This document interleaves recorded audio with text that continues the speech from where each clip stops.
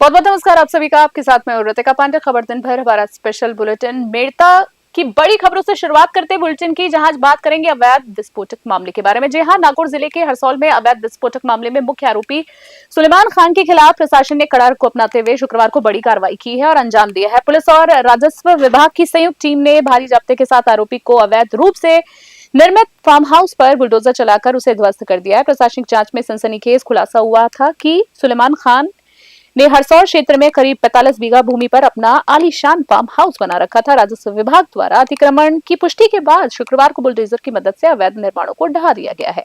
अधिकारियों का कहना है कि अवैध गतिविधि, सरकारी जमीनों पर कब्जा करने वालों के खिलाफ ये अभियान इसी तरह जारी रहेगा। मेड़ता सिटी से सुशील दिवाकर की स्पेशल रिपोर्ट देख रहे हैं आप। अगली खबर की बात करें, मानसूर से आ रही है, जहां हरसौरा थाना क्षेत्र में मुगलपुर गांव में एक सनसनीखेज वारदात सामने आई है। करीब 22 आपराधिक मामलों में wanted history sheeter Mahesh Kumar Gurjar की इलाज के दौरान जयपुर में मृत्यु हो गई है। महेश गुर्जर अपने कुछ साथियों के साथ बैठकर शराब का सेवन कर रहा था और इसी दौरान साथियों में से किसी एक के हाथ में मौजूद हथियार से अचानक गोली चल गई। गोली सीधा महेश के पेट के आर पार हो गई, जिससे वो लहूलुहान होकर वहीं गिर पड़ा। घटना के तुरंत बाद घायल हिस्ट्री शीटर को अफरा तफरी में बानसूर उप जिला अस्पताल ले जाया गया है। हालात नाजुक होने पर उसे पहले कोटपुतली के बीडीएम अस्पताल और फिर वहां से जयपुर रेफर किया गया। जयपुर के एक निजी अस्पताल में उपचार के दौरान शुक्रवार सुबह उसने दम तोड़ दिया। हरसौरा थाना पुलिस इस बात की गहनता से जांच कर रही है कि गोली वास्तव में दुर्घटनावश चली या इसके पीछे भी कोई गहरी साजिश थी। मौके पर मौजूद साथियों की तलाश और पूछताछ जारी। बानसूर से सतीश शर्मा की खास रिपोर्ट। डेड बॉडी को लेकर आए हैं। मॉर्चरी में डेड बॉडी का जब पोस्टमार्टम किया तो उसमें बुलेट हमें नहीं मिली। जब बुलेट नहीं मिली तो हम इसको अस्पताल में लेकर आए। अस्पताल में लाने पर एक्सरे में बुलेट एब्डोमेन में पाई गई है। अब सर्जन और ऑर्थोपेडिक्स दोनों बुलेट को निकाल रहे हैं और बुलेट को निकाल के पुलिस को सुपुर्द किया जाएगा। सर 2 दिन से हाँ, वहाँ सर्जन ने नहीं निकाला, ये उसका बहुत बड़ा फॉल्ट है। फिर उसने क्या इलाज किया, सर्जन को निकालना चाहिए था बुलेट, और बुलेट निकाल के उसको पुलिस को सुपुर्द करना चाहिए था। फिर क्या इलाज किया, ये कोई इलाज का तरीका नहीं हुआ है तो गलत तरीके से किया। और अगली खबर की बात करें, हनुमानगढ़ से देख रहे हैं। मुख्यमंत्री के निर्देशानुसार आमजन की समस्याओं को त्वरित समाधान के लिए हनुमानगढ़ जिले की सभी पंचायतों में ग्राम पंचायत स्तरीय जन सुनवाई का आयोजन किया गया और इसी कड़ी में टिब्बी तहसील के पीर कामडिया ग्राम पंचायत में जिला कलेक्टर डॉक्टर खुशहाल यादव स्वयं पहुंचे हैं और ग्रामीणों की परिवेदनाएं उन्होंने सुनी है। त्रिस्तरीय जन सुनवाई व्यवस्था के तहत आयोजित इस कार्यक्रम में जिला कलेक्टर ने एक एक कर ग्रामीणों की समस्याएं सुनी और संबंधित अधिकारियों को उनके तत्काल निस्तारण के कड़े निर्देश दिए। उन्होंने स्पष्ट किया है कि जन सुनवाई में प्राप्त सभी प्रकरणों को 3 दिन के भीतर राजस्थान संपर्क पोर्टल पर दर्ज किया जाए ताकि उनकी प्रभावी मॉनिटरिंग हो सके। जन सुनवाई के बाद जिला कलेक्टर डॉक्टर यादव ने गाँव के विभिन्न सरकारी संस्थाओं का जायजा लिया। हनुमानगढ़ से विनोद चौधरी की स्पेशल रिपोर्ट।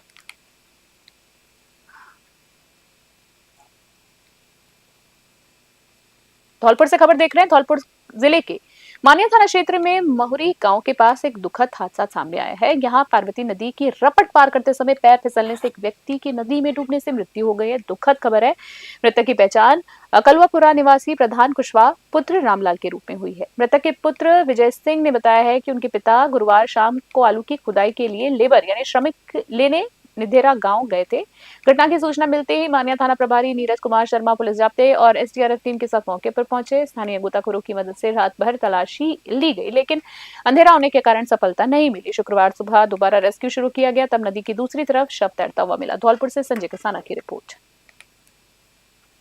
हाँ बताएं। आज बड़ा दुख है हमारे गांव कलुआपुरा से जो प्रधान पुत्र रामलाल कुशवाहा जो कि कल 3 बजे के निधेरा आलू की लेबर लेने के लिए जा रहे थे। इसलिए वो नदी, रास्ते में नदी पड़ती है पार्वती नदी, जो महुरी रपट पे होके जा रहे थे तो अचानक से पैर फिसल गया और अचानक से मृत्यु हो गई। और मनिया थाना जी और सीओ साहब, एनडीआरएफ टीम भी आई थी। हाँ आई थी और काफ़ी मशक्कत की थी शाम को भी। फिर सुबह 6:30-7 बजे के फिर आ गए थे हमारे सीओ साहब, मनिया एचएसओ साहब, और काफ़ी मशक्कत के बाद डेड बॉडी मिल। भास्को से खबर देख रहे हैं। कस्बे की new Bharadwaj senior secondary school में कक्षा 10 की छात्रा मुस्कान पिंगोलिया ने उनको इंस्पायर अवार्ड में चयनित होकर विद्यालय का क्षेत्र का नाम रोशन किया है। सराहनीय कदम है। इस उपलब्धि पर विद्यालय परिवार में भारी उत्साह देखा गया है और मुस्कान का भव्य सम्मान भी किया गया है। संस्था प्रधान सियाराम भारद्वाज ने मुस्कान पिंगोलिया और उनके पिता महेंद्र कुमार पिंगोलिया का विद्यालय परिसर में तिलक लगाकर, माला पहनाकर और मुंह मीठा करके स्वागत किया, उनका सम्मान किया है। सराहनीय कदम है।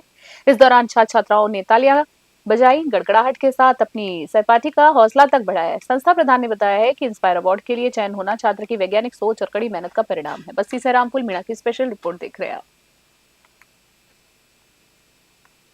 डीग से खबर देख रहे हैं। चर्चित नासिर जुनैद हत्याकांड में मुख्य आरोपी के तौर पर नामजद बजरंग दल कार्यकर्ता मोहित यादव उर्फ मोनू मानेसर को राजस्थान हाईकोर्ट से बड़ी राहत मिली है। जयपुर बेंच में जस्टिस अनिल कुमार उपमन की अदालत ने मोनू मानेसर की नियमित जमानत यानी रेगुलर बेल मंजूर कर ली है। सितंबर 2023 से जेल में बंद मोनू की रिहाई का रास्ता अब साफ हो गया है। मामले के एक अन्य आरोपी अनिल कुमार को पहले ही सुप्रीम कोर्ट से जमानत मिल चुकी है। इस केस में कुल 74 गवाह हैं, जिनमें से अभी तक एक का बयान दर्ज नहीं हुआ है। जी हां, आपको बता दें, मुकदमा लंबा चलने की संभावना को देखते हुए कोर्ट ने जमानत प्रदान की है। मोनू पर नुआ सिंह और पटौदी की हत्या के प्रयास के मामले में कई दर्ज है, बता दें आपको, जिनमें उन्हें पहले ही जमानत मिल चुकी है। मोनू मानेसर की जमानत की खबर के बाद एक बार फिर घाटी मीका गांव और ये पूरा हत्याकांड चर्चाओं में आ गया है। डीग से राकिब खान हमारे विशेष संवाददाता की विशेष रिपोर्ट।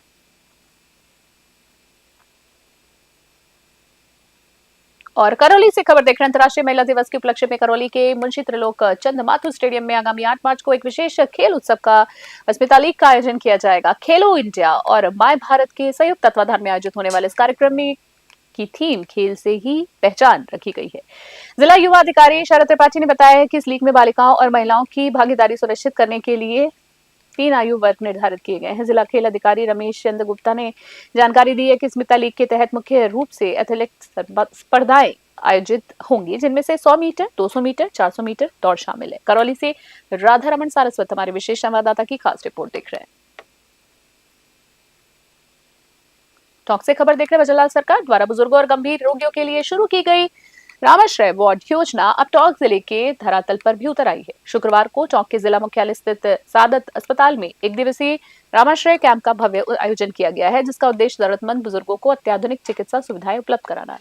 और इस विशेष स्वास्थ्य शिविर का शुभारंभ भाजपा जिला अध्यक्ष चंद्रवीर सिंह चौहान और जिला प्रमुख सरोज नरेश बंसल ने दीप प्रज्वलित करके किया। शिविर के दौरान जिले भर से आए बुजुर्गों को स्वास्थ्य प्रशिक्षण किया गया और विशेषज्ञ डॉक्टरों द्वारा उन्हें उचित परामर्श और दवाइयां वितरित की गई हैं। प्रमुख चिकित्सा अधिकारी पीएमओ डॉक्टर हरमान प्रसाद बैरवा ने बताया है कि सादत अस्पताल में बुजुर्गों के लिए विशेष सुविधाओं से लैस 10 बेड का रामाश्रय वार्ड तैयार किया गया है।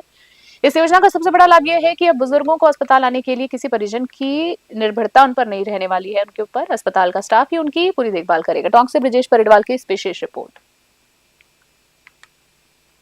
रामाश्रय के अंदर जो 60 साल से ऊपर के जो उम्र के माता पिता है, उनका ऐसा ट्रीटमेंट हो कि उनका सर्वेंट बेटा जैसे सेवा करता है, उस सेवा भावना को देखते हुए मरीज को बेड के ऊपर ही उसका ब्लड जांच हो जाए, बेड के ऊपर ही उसको दवाई मिल जाए, उसको कहीं इधर उधर जाना नहीं पड़े, उसकी एक तरह से सेवा भावना से उसका ट्रीटमेंट हो। और एक राजस्थान पूरे भारत में ही नहीं पूरी दुनिया में एक मिसाल पेश करना चाहते हैं कि हम बुजुर्ग लोगों के लिए स्पेशल ट्रीटमेंट देते हैं, जिसमें मरीज को इधर उधर भटकना नहीं पड़े, दवाइयाँ बेड पर मिल जाए, उसको फिजियोथेरेपी की जो रामाश्रय। गढ़साना से खबर देख रहे हैं। गढ़साना के खानूवाली निवासी सुदेश कुमारी उनके नवजात बच्चे की मौत के मामले ने अब तूल पकड़ लिया है। दुखद खबर है। लापरवाही का आरोप लगाते हुए परिजनों और ग्रामीणों ने एसडीएम कार्यालय के सामने जोरदार प्रदर्शन किया। हालात की गंभीरता को देखते हुए मौके पर 6 थानों का पुलिस जाब्ता तैनात किया गया, लेकिन प्रशासन और प्रदर्शनकारियों के बीच वार्ता बेनतीजा रही है। मृतका के पति सुभाष सुथार ने निजी अस्पताल शांति नर्सिंग होम के डॉक्टर राजेश गौड़ और एक सरकारी डॉक्टर पर मिली भगत का आरोप लगाया। प्रदर्शन की सूचना पर एडीएम अशोक सांगवा और डीएसपी प्रशांत कौशिक मौके पर पहुंचे हैं। उन्होंने परिजनों को समझाने का प्रयास किया कि मामले की जांच के लिए एक विशेष कमेटी गठित की गई है और रिपोर्ट आने के बाद ही नियमानुसार कार्रवाई होगी। हालांकि परिजन दोषियों के खिलाफ तत्काल मुकदमा दर्ज करने की मांग कर अड़े हुए हैं, जिसके कारण वार्ता विफल रही है। दूसरी ओर डॉक्टर राजेश गौड़ ने सभी आरोपों को सिरे से खारिज किया है। ग्रामीणों में भारी रोष व्याप्त है। गढ़साना से निशांत सतराना की स्पेशल रिपोर्ट।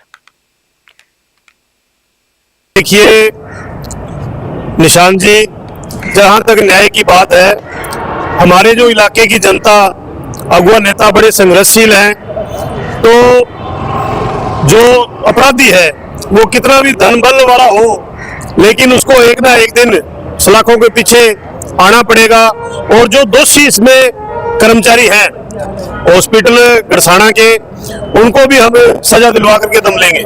4 व्यक्तियों की स्टेटमेंट आती है कि डॉक्टर यश गौर से आकर मीटिंग करनी चाहिए। क्या लगता है कि उन्हें परिजनों के बीच में नहीं जाना चाहिए? देखिए, वो उनका व्यक्तिगत, उन्होंने पता नहीं किस हिसाब से ये बात कही है, कि वो उनका व्यक्तिगत है। सही मायने तो ये है कि उनको परिवार के खानवाड़ी ले जाकर।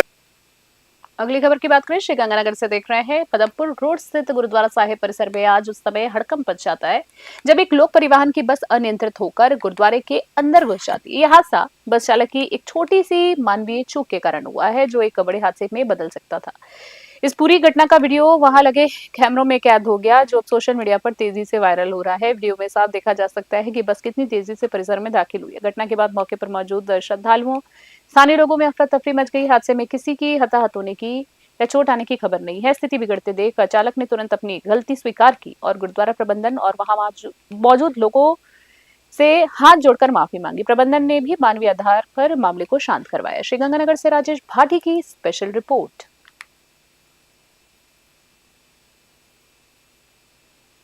खास बुलेटिन में इतना ही। बने रहे न्यूज़ 21 न्यूज़ का। जय हिंद, जय भारत।